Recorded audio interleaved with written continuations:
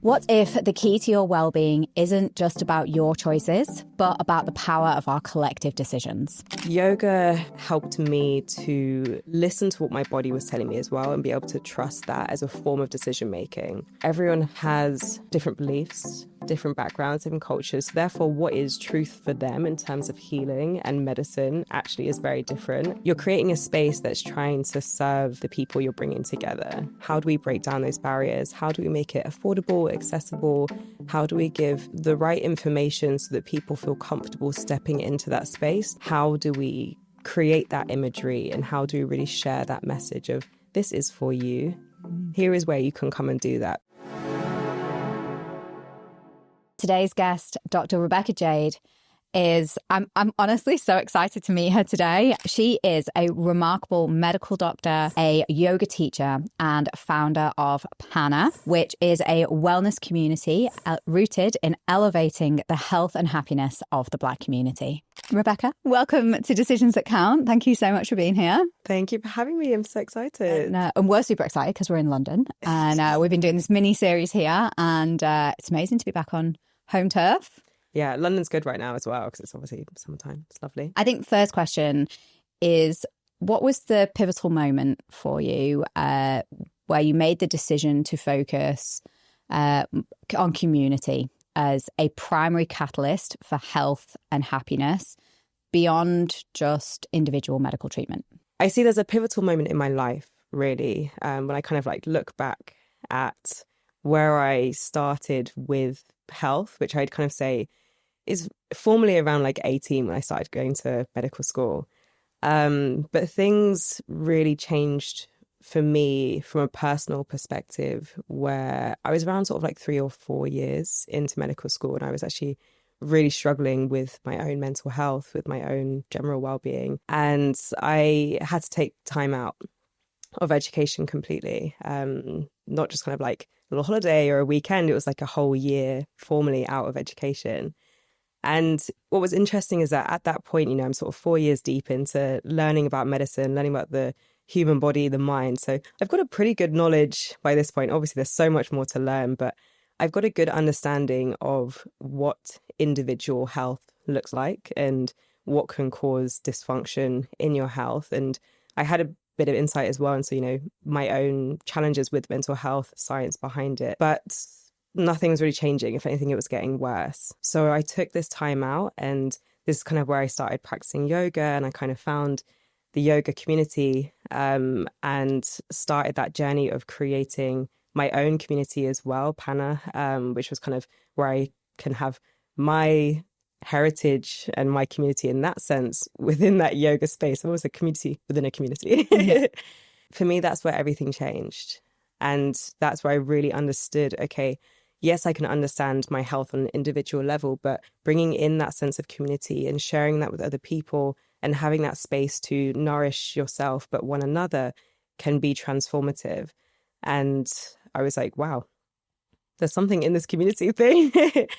And it was really nice to bring other people into that space who maybe were going through similar things, or, life is just difficult in general, and there's just so many peaks and troughs. So having a space where I knew people could come together and be nourished and care for one another and have this sort of central practice of yoga, which in itself can be so powerful, was the real turning point for me. Just kind of to rewind back to being in medical school, training to be a doctor, huge learnings, and then you're at hospital as well, long shifts. It's intense, huge kind of cognitive overload, huge number of decisions that you're making.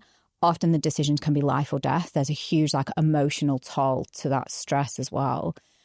How did yoga help? What was it about? What did you learn in that year out about kind of how to deal with that serious cognitive load? Yoga for me has been the connector to mind and body. So when I was at medical school, it was very much this is your mind and it does this, and then this is your body and it does this. And there was this lack of connectivity between the two. And therefore, everything was very cerebral. Everything was very much okay, what have you learned? Obviously guidelines and things like that. Yoga helped me to listen to what my body was telling me as well and be able to trust that as a form of decision making. Because sometimes, obviously, when you've got so much to think about, and medical school is just where people are like, I'm going to medical school, I'm like, that's amazing, but think about it. It's a lot. It's very hard. And yoga is that moment it's to slow down.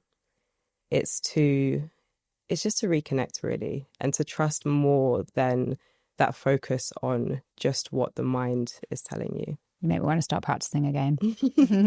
I trained to be a yoga teacher about 9 years ago, and was teaching locally in Singapore, and then got pregnant, had kids, COVID, life. And it's always something that I've come back to, and I'm just out of practice at the moment. But the way you kind of just explained it, I'm like, oh shit, I need to start practicing again. Yeah, and I think finding a class, a teacher that you resonate with literally makes all the difference, because there's all these things in life that we're like, oh, I really need to do that. I just know it's so good for me. I remember that it used to feel amazing, but everything else feels more urgent.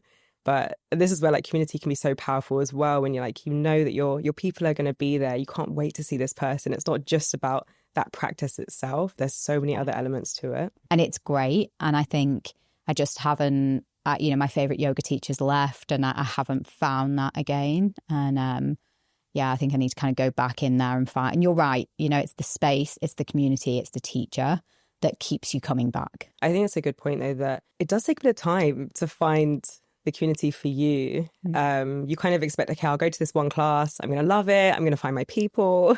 And then sometimes you do that and it actually doesn't land in the way you expected it to. And it can be a little bit jarring, a bit confusing. You're like, I really thought this was going to work and maybe this isn't for me. And so I always kind of say to people, I'm like, just take time with it, explore, try things, like even the things that you thought might be for you, maybe that's not quite right. And then try the things that you didn't necessarily think were for you as well, because you might actually find that community in quite an unexpected place. I was really fortunate to go to Glastonbury this year, and I was working with a group called Black at Glasto, which is kind of the first space at Glastonbury Festival for kind of Black culture and well-being.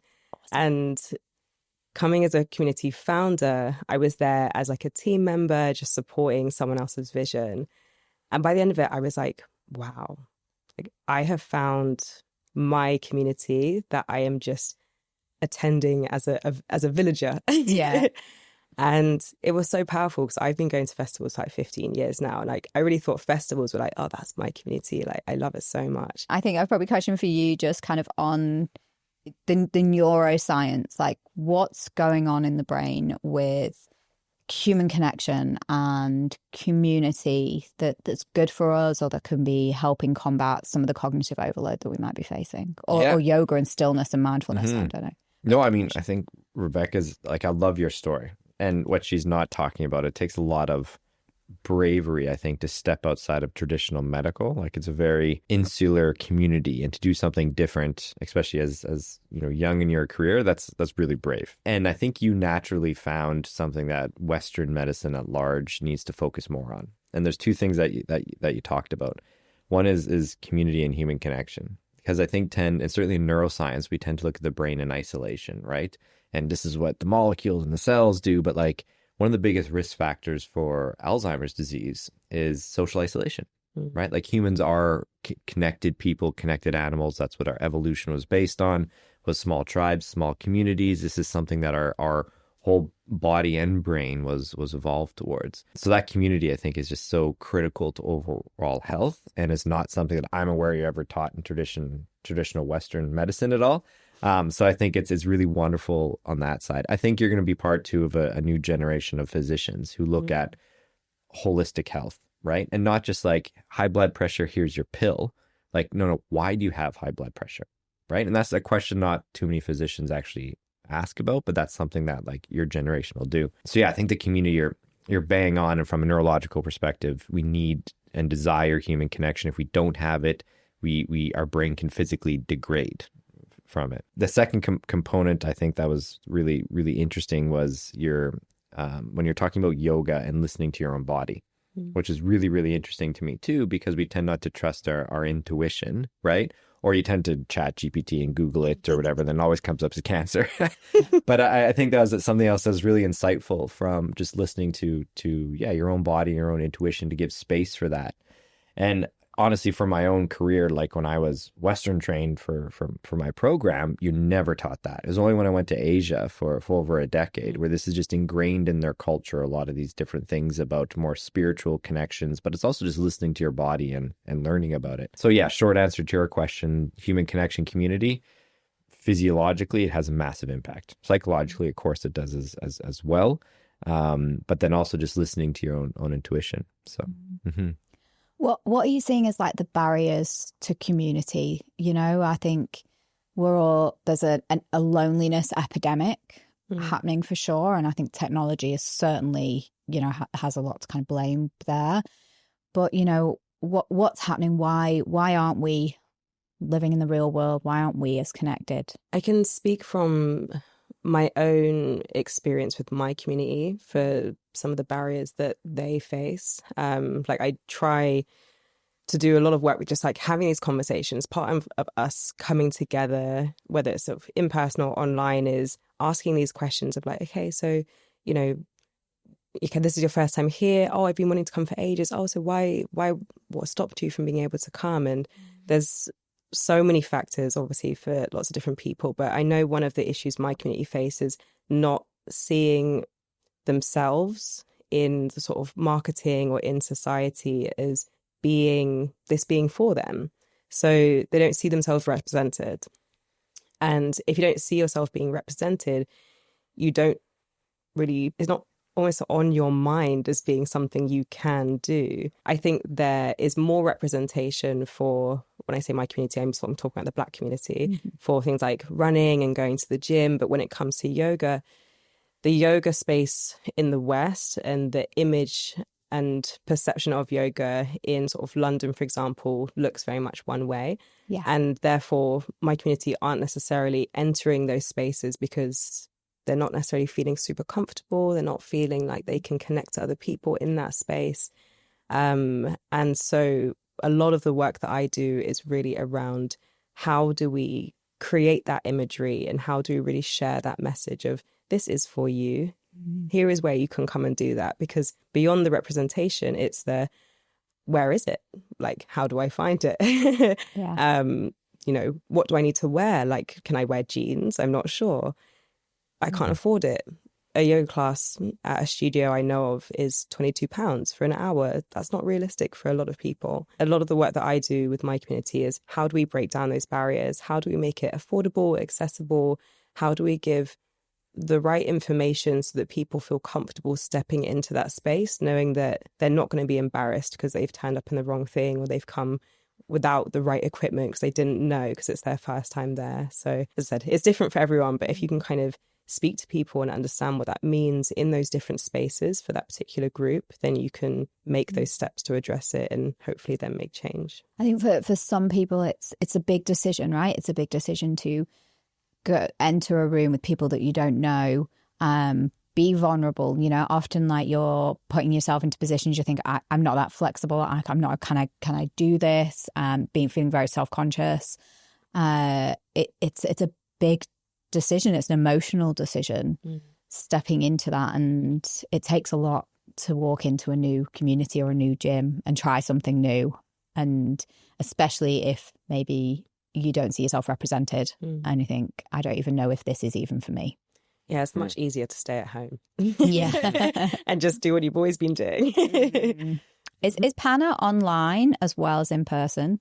Yeah, so I have been, around 2 years ago, I decided I wanted to take it online to a degree because I knew there were people who lived outside of London and wanted to enjoy and be a part of what we shared, but sort of had that physical barrier, which is another barrier, of course. And so I've spent a long time trying to figure that out of how to kind of like take us online with the limited resource that we have, because we don't have investment. We don't have, you know, I have a job that I have to, you know, do, and I don't have unlimited funds to then put into creating things or unlimited time and energy as well. So it's very much been me trial and erroring bringing an online space to life. And we do now have that.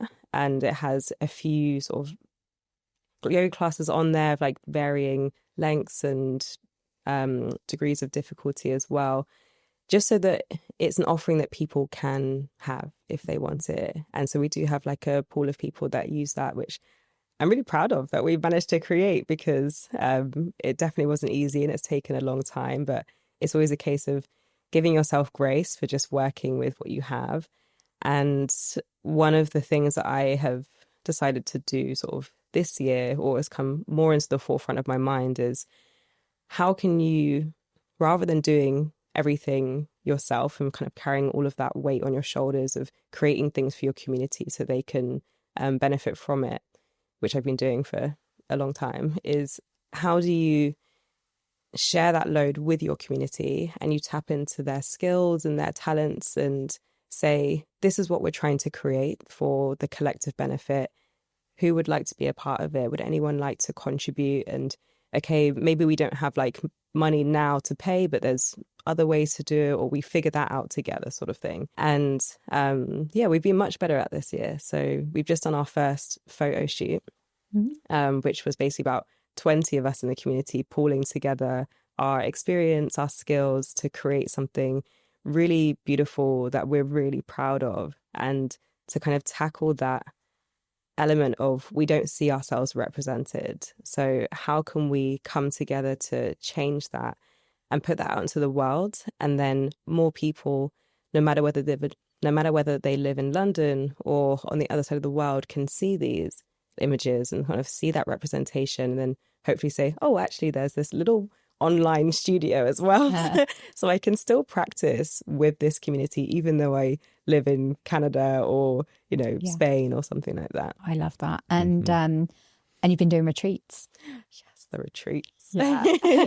Tell us about them. Sell it to me, because to be fair, I saw them and I was like, oh, that looks amazing. Well, I'll tell you the beginning story of the retreats. I love traveling, and obviously I love yoga as well.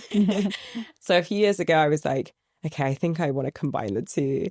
And I am of Caribbean heritage, so my mum is Jamaican. And so I was very fortunate growing up that we would go to Jamaica and I would just experience the island and experience my heritage in that way.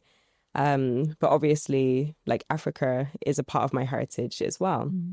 And I had never really experienced Africa or traveled around Africa, other than kind of like the northern, like Morocco maybe once.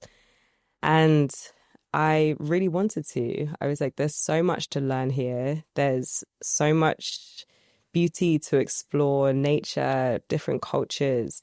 And I would love to do that. And I kind of feel like maybe other people would want to do that too.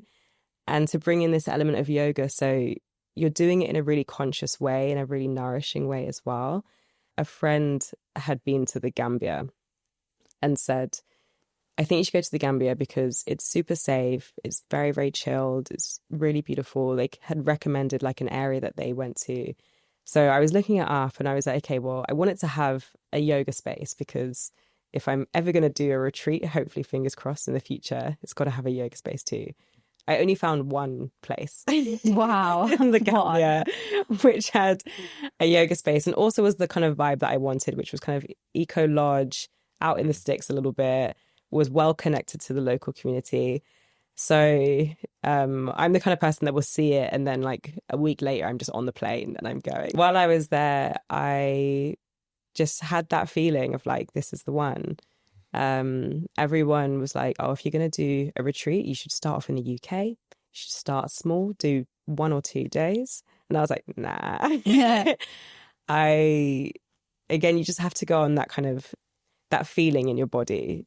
Logically, from a decision making, it wasn't the right choice. Like, you'd be like, okay, again, start small, don't take a big risk for your first one, do a trial. That's kind of all of the things that your mind is telling you.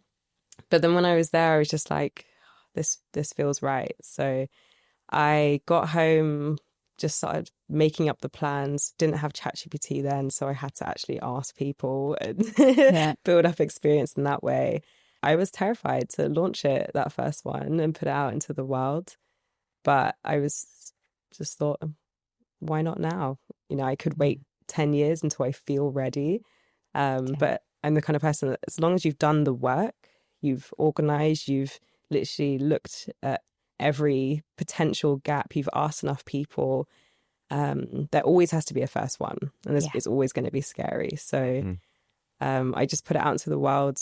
I luckily sold the places, and then it was about 9 months of planning. How long was it? Like, how long is the retreat? I always do a week. Okay. Yeah.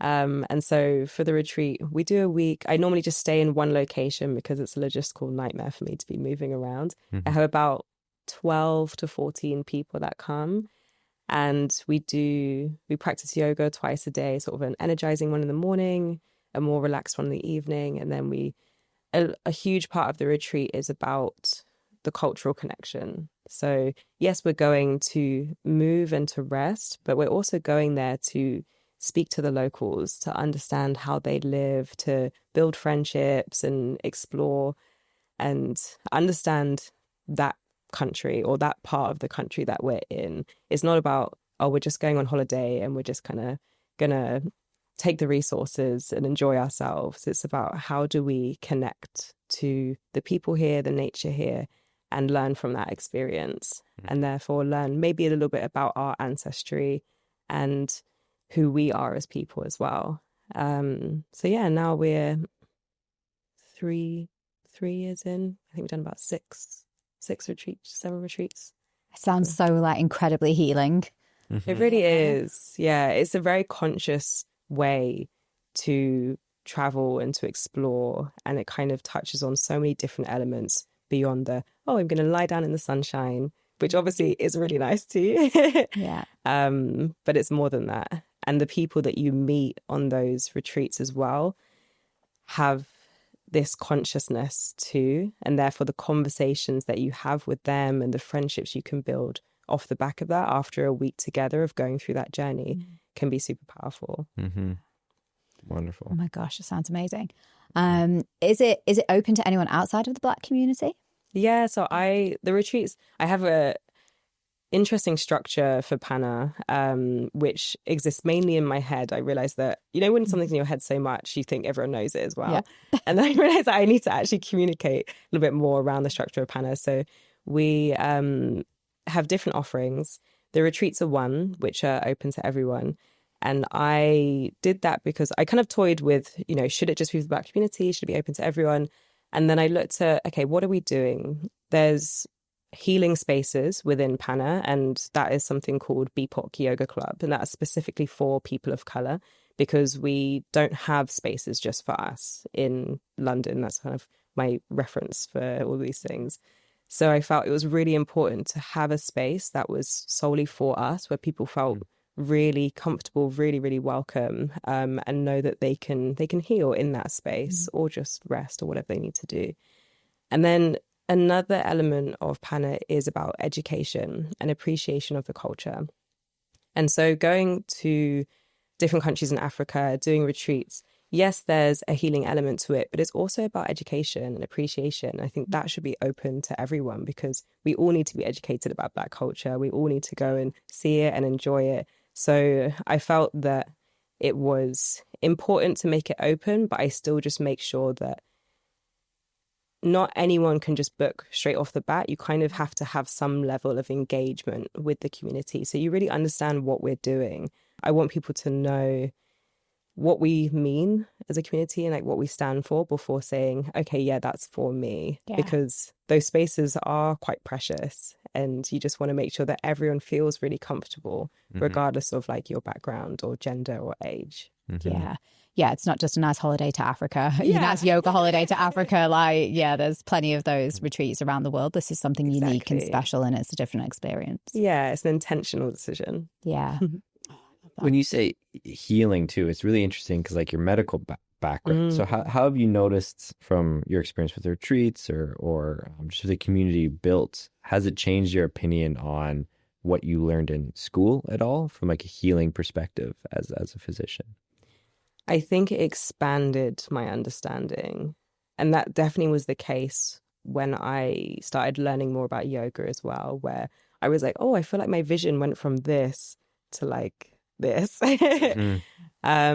Because it's interesting going to medical school. You learn so much and it's so interesting, but you really kind of are told that this is what it is.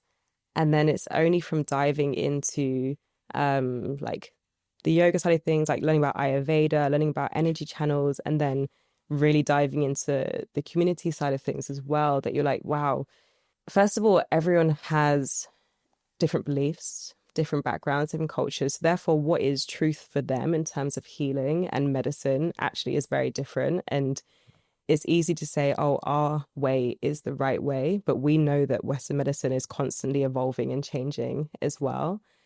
And I feel really grateful that now when I work in a medical setting or outside of that, I have all these different references for healing and for well-being and for what health means to different people, because you can combine that and use them all as tools for the work that you do, rather than saying, oh, I have this one right way and everything else is kind of accessory or fluff. I'm like, no, they actually all work beautifully together to create this. I kind of always use the reference of toolkits because I'm drawing upon everything, no matter what setting I'm in. You do a lot of breath work as well. And I'm a big fan of breath work. Tell us a little bit about that and how that's maybe helped you regulate, help with kind of cognitive overload, decision fatigue and everything. Breathwork has been amazing for me because it has really felt like a clear bridge between the science and the embodied practice. Obviously, I'm a bit of a science nerd, but I also entered the world of yoga and breath from an experience level, rather than like, oh, this sounds cool from a science perspective, I'm going to try it too. I entered that space because I needed something and I was struggling. And I was really lucky that yoga and breathwork were transformative for me in the way that I was feeling mentally and physically. And now I'm kind of going on that journey of combining the two worlds and learning about the science. And then also, I feel fortunate now that I'm in a much better place with my health. And I'm enjoying using something like breathwork just in everyday life for the moments where I'm feeling a bit overwhelmed and feeling a bit stressed, or even I was outside and I was like, do I want a coffee? And I was like, I'm actually just going to do some energizing breathwork instead. Yeah. And again, I think that's such a powerful tool that you can have. And breathwork, because it's that thing that you can, your breath is with you all the time, everywhere. So you take it wherever you go. You can do it without people even noticing. Yoga is quite obvious if you're doing physical postures in the cafe before a podcast. But you can sit there quietly and do a breathing practice in a meeting and no one's going to know about it. But you've got the power then to shift your internal state and to change how you feel through these techniques. So I'm really enjoying sharing those techniques with other people, whether it's people I know or sort of, crowds at a festival, and just giving them these like tiny little powerful tools to take with them everywhere through life. So even my dad, who's a bit of a skeptic, was like, this breath thing, can you tell me a bit more about it? And I was like, oh, I've got you. I was like, I've done a good job if you're asking me that. Okay, let's do one now. I'm going to put you on the spot. Let's say like we're in a state of cognitive overload, like we're feeling overwhelmed. Let's just say it's been let's paint the picture. It's been a busy morning. You've had back-to-back meetings. You've made loads of decisions. People are coming at you at all angles. The WhatsApp's going off. The emails, you can't even just look at the emails because they're just, you've got a couple of hours left of work before you've got to go home and there's kids waiting for home and everyone needs to be fed and that's a whole other thing. And it's a lot. What kind of breath exercise would be really good for that moment? So I think that's probably a situation that a lot of us can relate to. And that is one of my favorite breathing techniques, which I use regularly for any kind of like overwhelm or stress, which is a physiological sigh. So I don't know if either of you have heard of this one. Yeah, Huberman got me onto the physiological side. Shout out Huberman. Yeah, he's amazing. Fangirl. He got me onto it because I was trying to find a solution for stitches when I was running. And but then I started to do more work into it. But yes, let's talk about the physiological sigh. So the physiological sigh is a really effective breathing technique, which I think, according to Huberman, research shows that even one round of physiological sigh can have really profound benefits just for reducing that stress level and just basically down regulating you, helping you shift out of that flight or fight towards parasympathetic activation. So a few rounds of this, maybe sort of like 3 minutes of it or so, is going to be super helpful, but literally just one round of this breathing technique will have positive effects, which is sort of nice and tall. Let's do it. Okay. So in this breathing technique, you take a big breath in and then you take a second sip at the top and then a big sigh out. And that's physiological sigh. So let's just take a conscious breath before we begin. Sorry, like straight in there with the physiological sigh. Okay. Resting hands down. Feel free to close the eyes or keep them open. Okay. So let's take a conscious breath before we begin. Breathing in and out. Moving into our physiological sigh. Inhale. Second sip at the top. Big sigh out. Yeah. Good. 2 more times. Breathing in. Second sip.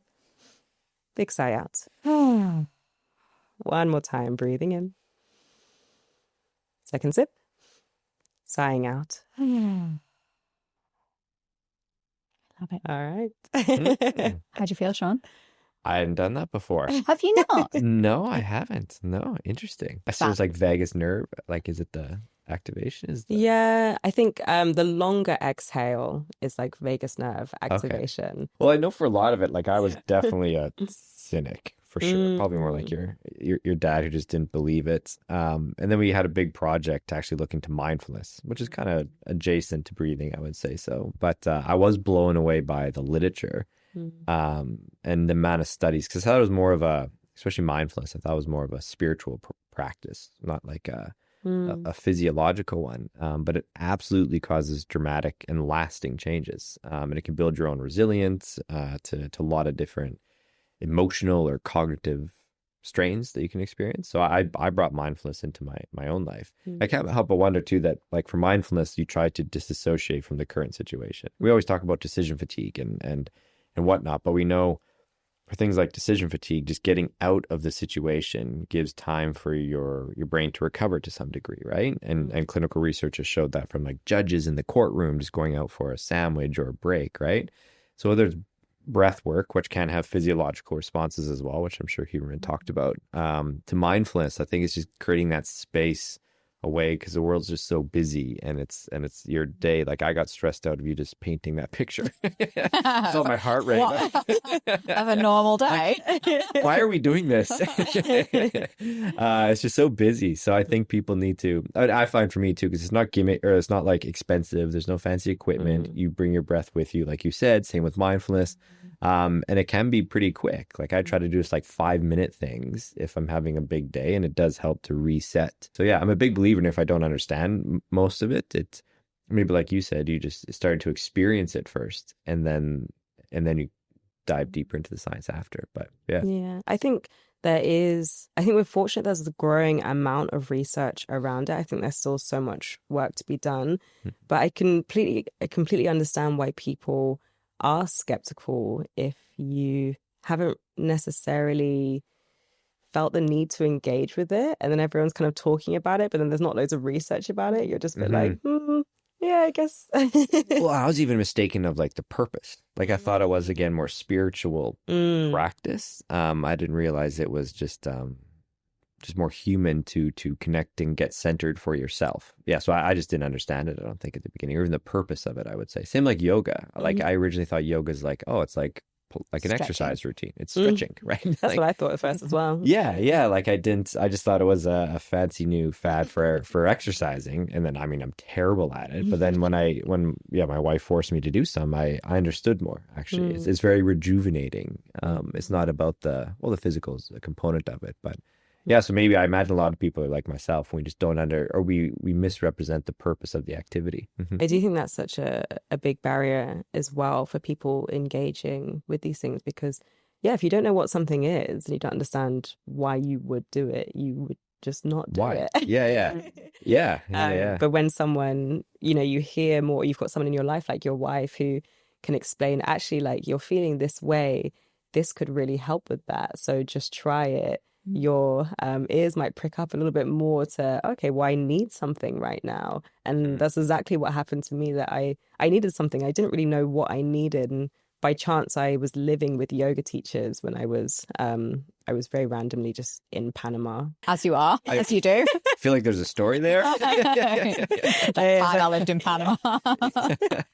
It was on that break I was having from university, and I wanted to go somewhere Caribbean-esque, but not to Jamaica because Jamaica can be quite dangerous and it's kind of scared me. I wanted to learn Spanish and I thought, I'm just going to go to Central America. I ended up on an island. Because it's more safe. The logic wasn't always necessarily correct. And so I ended up on an island off the coast of Panama volunteering at this hostel. And I was living with yoga teachers. Okay. And so they told me what yoga was, or introduced me to what yoga was beyond stretching, which is what I thought it was. I would just go to a gym class. It would be stretching that you'd sometimes do, maybe make you feel calm. But I learned that it is this huge ancient system. And there's so much to it. There's so many different elements, from the breath, the meditation, even sort of the ethical and moral codes, the history, the philosophy. And so there's really something for everyone as well. You can practice yoga without moving your body at all. And I think people don't realize that. So therefore, they have a particular picture of what it is and say, that's not for me. And so I do think we need more diverse voices sharing about yoga and the different ways you can engage with it and how it can actually be implemented into modern daily life for different people, so that people can benefit from it, because it's like, it's very powerful. It's just gone so far away from and the way it's been marketed ultimately. You see thin white women in yoga pants, super flexible, or you then see kind of South Asians, Indians, and it looks incredibly spiritual, and you're just looking at both those thinking, okay, well, I can't relate to either of those. And then I think, like, for me, I think I've been very deep into it, where it's like really got me through some hard times, and it was that sitting, being in my body, being present, the pranayama, which is your breath, and then even the learnings, like a lot of the learnings will be things like, there's a whole kind of part about don't eat animal products, but also you only eat during daylight hours, not eating in the dark. And it just, there's lots of practices that come as part of it that people don't realize. But I think I've just got myself, just listening to this conversation, I just think I've got myself into this routine where I'm like, I'm training for a marathon, I'm running a lot, I'm doing high rocks, it's high intensity. And when I have done yoga over the past couple of years, I've gone and pushed myself really hard in a yoga class, and I haven't been present. I haven't been present in my body. I've gone through the motions. I've been thinking about what I'm doing next after the class, or I've been thinking about the workout of yoga. And I'm like, okay, well, that's not yoga. And I need to reconnect and get back into it. It's a very London way of doing yoga. Yeah. But sometimes it's basically like a HIIT workout. Yeah. And I'm like, is this yoga or is it just working out? We do a hot vinyasa, and I'm like, just coming out of it, and I'm like sweating more than if I'd done like a 20-kilometer run. Yeah. And it's not what it's about, really. I think from the community side of things, I'm really trying my best to offer loads of different styles and different ways of practicing, and different teachers. So for a long time, it was just me teaching all the classes, partly because I wasn't really sure what I was doing. I was just, it was growing into what it is today. And it looked, different at the beginning. It was essentially, I had done my teacher training. So I was just sharing a practice that I loved and kind of hope that people would come to and enjoy that space, which fortunately they did. And now it's very much about how do I bring in different people so they can share their practice too, because someone who comes to Pana might not resonate with my class, but they'll really resonate with someone else's class. And I don't want them to come to my class and say, oh, I don't really like this, I'm not coming back again. And I love everything else about it, but I just, wasn't sure about that particular session. So maybe yoga isn't for me, or maybe community isn't for me. So if we can showcase a diversity of practices, but also teachers, offerings, energy levels, then hopefully people can understand that actually this is my space and I just find that little corner of it, if not everything. It's so beautiful. And the work that you're doing is just like absolutely amazing. And the decisions that you've made to get there, it's for the greater good, Definitely trying. Yeah. I think, touching something I said earlier is that I'm really trying to put as much focus as I can on asking the community, like, what do they want? What's valuable for you? What's helpful? Because I will have my ideas and my ideas of what I think's cool or exciting or nourishing. And that might be true for a few other people because, as humans, we're unique, but we're not that unique. But really, if you, as a community founder, you're creating a space that's trying to serve the people you're bringing together. So I can't be the one making all of those decisions because that doesn't reflect everyone else.